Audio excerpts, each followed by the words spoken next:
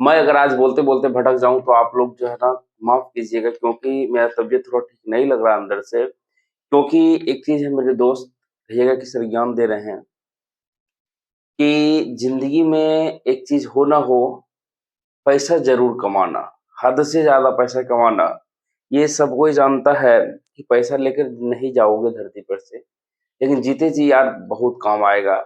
इसलिए ना मेहनत करो, झोंक दो, अभी मेहनत करने का मौका है, लगा दीजिए अपनी जान को, नहीं तो यार बहुत परेशान रहोगे।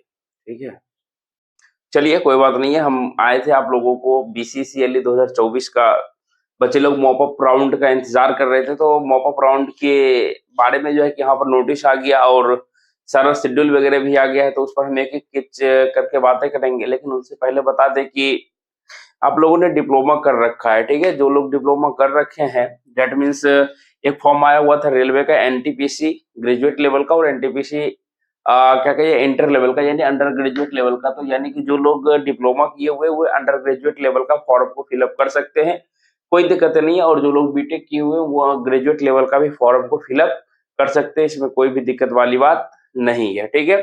तो चलिए शुरुआत करते हैं हम लोग अपना बीसीसीएल 2024, यानी कि 2 राउंड काउंसलिंग खत्म हो चुका है ऑनलाइन का। अब जो यानी कि 2 राउंड होने के बाद जो है ना लास्ट जो सीट बचा हुआ है कॉलेज में और ब्रांच वाइज, उस पर जो है कि आपका एक काउंसलिंग होने जा रहा है, जो कि देखिए साफ-साफ लिखा हुआ है आपको यहाँ पर कि ऑफलाइन मॉप अप राउंड होगा। यानी कि कैसा होगा? ऑफलाइन आपका मॉप अप राउंड का काउंसलिंग जो है कि ऑफलाइन होने वाला है, ठीक है। काउंसलिंग ऑफलाइन होने वाला है, तो सर इसका मतलब क्या हुआ? एक-एक चीज़ समझाइए। तो बिल्कुल एक-एक चीज़ समझा देते हैं आपको। सबसे पहला चीज़ ध्यान दीजिए कि आखिर जो है कि डेट कब से कब तक है। सबसे पहला क्वेश्चन, तो date of online willingness for attending mop up counselling, ठीक है। देखिए यहाँ पर लिखा हुआ online attending mop up counselling में अटेंडिंग करना मतलब आपको ये करना है कि हाँ, हमें उसमें इच्छुक हैं और हमने भाग लिया है। तो वह डेट जो है कि आपको यानी कि 15 अक्टूबर से लिंक एक्टिवेट हो जाएगा, 18 अक्टूबर तक आपका लिंक रहेगा, यानी 15 से 18 अक्टूबर तक आप ये काम कर सकते हैं। क्या करना वो भी बताते हैं, ठीक है। उसके बाद देखिए पब्लिकेशन ऑफ काउंसलिंग प्रोग्राम, यानी कि काउंसलिंग का जो प्रोग्राम है वह 19 अक्टूबर को आपका जारी कर दिया जाएगा कि यानी आप लोगों का कब से कब काउंसलिंग होना है, ठीक है। तो देखिए यहाँ पे लिखा हुआ है स्टार्टिंग डेट ऑफ काउंसलिंग, यानी कि कब से स्टार्ट होना है। लिखा हुआ to be published later on, यानी कि बाद में पब्लिश कर दिया जाएगा। आप साइट पे लगातार कंटिन्यू बने रहिएगा, ठीक है। तो अब जो है कि आखिर सर 15 तारीख से 18 तारीख के बीच में करना क्या है? तो देखिए सबसे पहला चीज हम ये जानेंगे कि मॉप अप विलिंग ने यानी ऑफलाइन मॉप अप राउंड में कौन कौन से भाग ले सकते हैं। तो देखिए जो लोग एग्जाम दिए थे, ठीक है, और उनका रिजल्ट क्लियर था, यानी कि 6 सेमेस्टर फाइनल था, कहीं पे कोई कैरी वगैरह नहीं था, तो वो लोग जो है कि जो लोग यानी कि बीसीसीएल का एंट्रेंस एग्जाम पास कर गए हैं, यानी कि क्वालिफाई हैं, वो सारे लोग जो है कि मॉप अप ऑफलाइन काउंसलिंग में भाग ले सकते हैं, चाहे वह ऑनलाइन जो काउंसलिंग हुआ फर्स्ट राउंड का हो, सेकंड राउंड का हो। अगर उनमें एडमिशन सर हम किसी इंजीनियरिंग कॉलेज में ले लिए तो क्या हम जा सकते हैं? क्या आप बिल्कुल स्वतंत्र है, आप जा सकते हैं। सारी बात उसमें लिखी हुई है, यानी कि कुल मिला के कहिए तो जो लोग फर्स्ट राउंड हो या सेकंड राउंड हो, दोनों में जाके कहीं कॉलेज में एडमिशन ले लिए हैं, या मानिए जिन लोगों का काउंसलिंग छूट गया है वो लोग भी हो गया, जो लोग कभी जो है कि ना इसके तरफ ध्यान भी नहीं दिया और चाहते हैं कि हम मॉक अप राउंड में भाग ले, तो सारे लोग भाग ले सकते हैं, कहीं से भी कोई दिक्कत वाली बात नहीं है, ठीक है। उसके बाद देखिए अब जो है ये भी हम लिखे जिनका एडमिशन हो गया वो भी जो है कि काउंसलिंग में भाग ले सकते हैं, जिनका एडमिशन नहीं हुआ वो भी ले सकते हैं, जो कुछ नहीं किए थे वो भी कर सकते हैं, जो यानी पास है वो, ठीक है।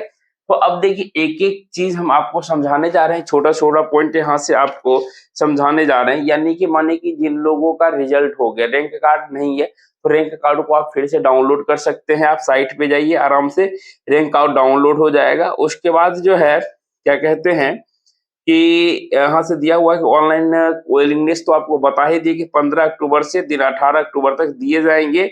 तो इस पर जो है कि आपको ध्यान देने वाली क्या करना है, आपको इस चीज को ध्यान दीजिएगा 15 अक्टूबर के बाद।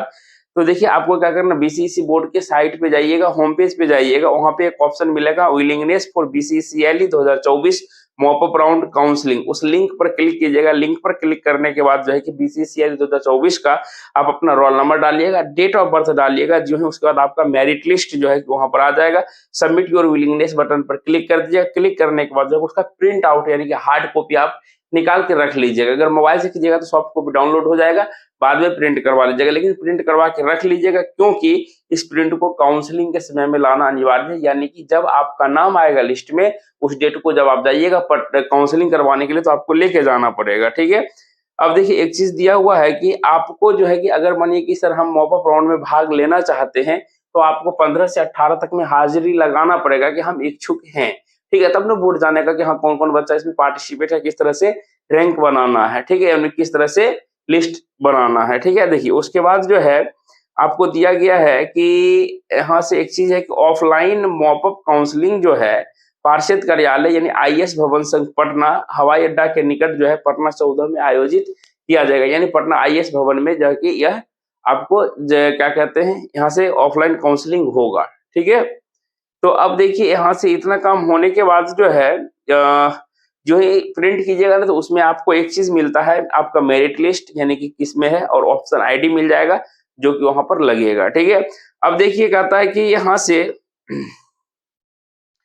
चलिए ये हो गया। अब जो है यानी कि दिया गया विलिंगनेस जो है कि भरने के बाद आपको पता चलेगा कब 19 तारीख को जो है कि आपका प्रोग्राम आ जाएगा कि कब से काउंसलिंग होना स्टार्ट हो जाएगा, और आपका रोल नंबर उसमें इंडिकेट रहेगा कि किस तारीख को आपको जाना। उसमें से फिर वही हाल होगा, यूआर से बनेगा। अगर आप किसी कैटेगरी से बिलोंग करते हैं तो कैटेगरी से आपका रैंक मिलेगा, तो आपको यूआर वाले दिन में जाना है, उसी दिन दोनों का बेनिफिट आपको मिल जाता है, ठीक है। और एक चीज ये कहा गया है कि साफ साफ लिखा गया है कि या मानिए कि वैसे लोग जो बीसीसीएल 2024 के प्रथम चक्र हो या द्वितीय चक्र में ऑनलाइन काउंसलिंग के माध्यम से किसी संस्थान में नामांकित हैं और संस्थान यानी कि उस इंस्टीट्यूट से या ब्रांच चेंज करना चाहते हैं, वो लोग भी। जैसे मानिए कि कोई लोग एडमिशन ले लिए कंप्यूटर साइंस में, नहीं सर हमको मन नहीं है, हमको सिविल चाहिए, सर ये कॉलेज हमको पसंद नहीं है, दूसरा कॉलेज चाहिए, तो वो जिनके मन में नौ छह है सारे लोग आप जो है कि ऑनलाइन काउंसलिंग कर सकते हैं, नहीं कि यहाँ से विलिंगनेस सबमिट कर सकते हैं, कोई दिक्कत नहीं है। उसके बाद जो है कि उसके विरुद्ध में जो है कि आपका कार्रवाई किया जाएगा, यानी कि शेड्यूल अलॉटमेंट की सुविधा अवेलेबल रहेगी, ठीक है। उसके बाद आप लोगों को पता है कि डॉक्यूमेंट्स कौन कौन से ले जाने हैं, सारा डॉक्यूमेंट्स के बारे में पता है। आपको नहीं पता है तो आप जाइए वीडियो देख लीजिए कि कौन कौन से डॉक्यूमेंट्स लगते हैं, सारा चीज मैंने बता रखा है। और देखिए लास्ट में जो है ना एक चीज, एक ये पिछले बार भी कमियां थी और इस बार भी जो है कि सेम टू सेम ही छाप दिया है। देखिए क्या लिखा है कि यानी कि जो लोग का एडमिशन नहीं हुआ तो उनके पास तो सारा डॉक्यूमेंट्स अवेलेबल होगा, लेकिन जिन लोगों का एडमिशन होगा उनके पास सिर्फ और सिर्फ क्या मिलेगा, कॉलेज से जो है कि उनको रसीद मिला होगा, यानी कि सर इतना रुपए का हमका रसीद कटा है, उसके बाद आपको वेरिफिकेशन स्लिप हो जाएगा और एडमिशन जो होगा वो लिस्ट होगा, ठीक है। उसके सिवा आपके पास कुछ नहीं होगा। लेकिन लिखा हुआ यहाँ पर अच्छे से सुनिए कि यदि अभ्यर्थी का किसी अभियंत्रण संस्थान में नामांकन हो चुका है तो नामांकन शुल्क जमा करने की मूल रसीद, वेरिफिकेशन स्लिप, ये दोनों तो लगे बोला, अथवा उस अभियंत्रण संस्थान के प्राचार्य से इस आशय का प्रमाण पत्र कि उम्मीदवार उस अभियंत्रण संस्थान का बोनाफाइड छात्र है, उसके सभी मूल प्रमाण पत्र उस संस्थान कार्यालय में जमा है, उसका लाना अनिवार्य है।